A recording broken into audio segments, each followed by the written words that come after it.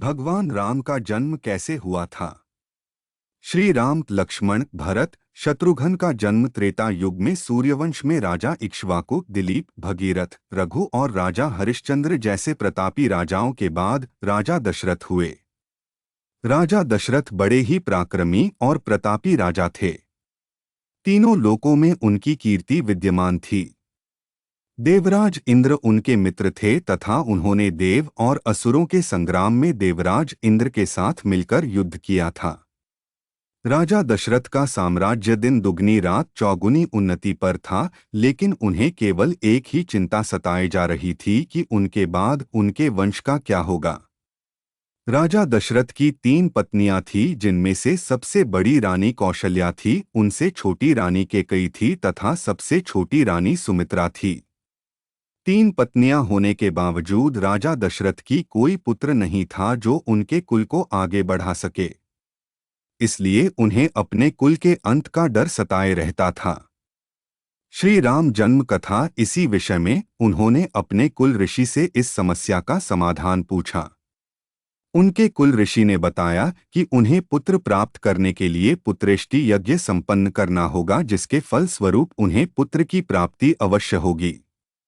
लेकिन उन्होंने इसके साथ ही यह शर्त भी रखी कि वह स्वयं पुत्रेष्टि यज्ञ नहीं करवा सकते। इस यज्ञ के लिए राजा दशरथ को स्वयं जाकर श्रृंग मुनि को प्रसन्न करना होगा।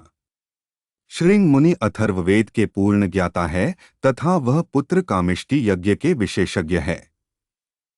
वही इस यज्ञ को संपन्न करवा सकते हैं।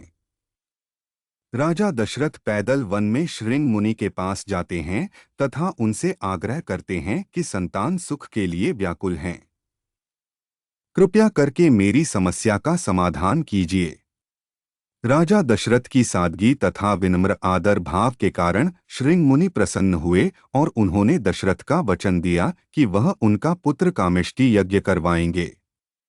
उसके पश्चात शुभ मुहूर्त देखकर उन्होंने दशरथ का पुत्र कामेष्टि यज्ञ संपन्न करवाया। यज्ञ संपन्न होने के बाद हवन कुंड में से अग्निदेव एक खीर का पात्र लेकर प्रकट हुए और राजा दशरथ से बोले, हे राजन, यह खीर ले जाओ और अपनी तीनों रानियों को बराबर खिला दो, इससे तुम्हें संतान प्राप्ति अवश्य होगी। श्रीराम तथा उनके भाइयों का जन्म राजा दशरथ खीर का पात्र ले जाकर रानी कौशल्या तथा रानी कैकेयी को दे देते हैं।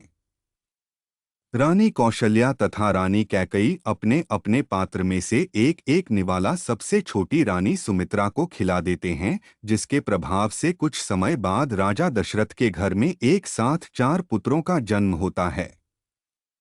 रानी कौशल्या सबसे बड़े पुत्र राम को जन्म देती है। उसके कुछ ही समय बाद है रानी कैकेयी राजा दशरथ के दूसरे पुत्र भरत को जन्म देती हैं। कुछ है घड़ी बीतने के पश्चात रानी सुमित्रा राजा दशरथ के तीसरे पुत्र लक्ष्मण को जन्म देती है तथा कुछ ही क्षण बाद वह दशरथ के चौथे पुत्र शत्रुघ्न को जन्म देती हैं। और इस प्रकार पृथ्वी पर बढ़े हुए पाप अत्याचार को मिटाने के लिए भगवान नारायण स्वयं राजा दशरथ के पहले पुत्र श्री राम के रूप में जन्म लेते हैं। भगवान विष्णु के राम अवतार का साथ देने के लिए शेषनाग लक्ष्मण के अवतार में जन्म लेते हैं तथा उनके साथ ही भगवान विष्णु के सुदर्शन चक्र भारत के अवतार में जन्म लेते हैं तथा शत्रुघ्न भगवान विष्णु के शंख शैल के अवतार होते हैं।